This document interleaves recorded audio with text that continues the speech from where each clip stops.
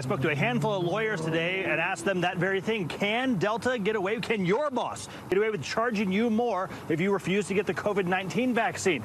Lawyers more or less shrugged and said, well, it's definitely ripe for legal challenges. But that is not stopping one of Utah's larger employers from saying, if you don't get the shot, you're going to pay more for health insurance.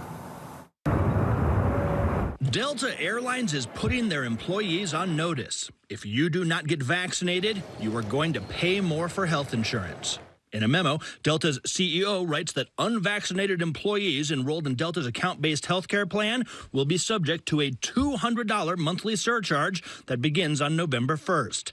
Delta does not hide its intentions, putting pressure on employees to take the vaccine, writing, quote, "We're taking additional robust actions to increase our vaccination rate." Delta says it costs the company $50,000 per employee who ends up hospitalized, and that all of the employees who are currently getting hospitalized are those who have refused to get vaccinated against COVID-19. 25% of Delta's workforce is currently unvaccinated.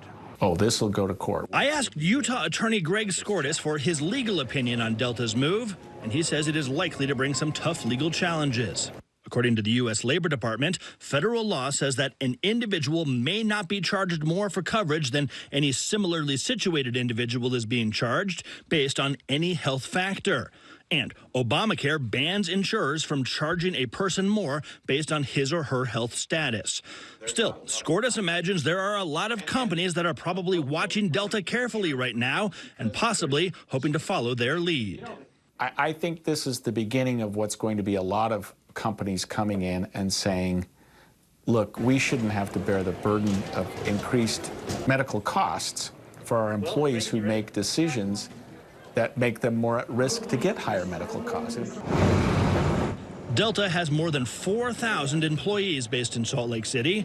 Delta's CEO says that vaccinations are the safest, most effective, and most powerful tool that we have to move forward. And beginning in November, employees who feel otherwise will pay more for insurance. It is worth noting that it is not a totally novel concept, the idea of a company charging its employees more for their personal health choices. It happens frequently with smoking. Mike? And he's right. There's probably going to be a few lawsuits along the way here. Matt, thank you.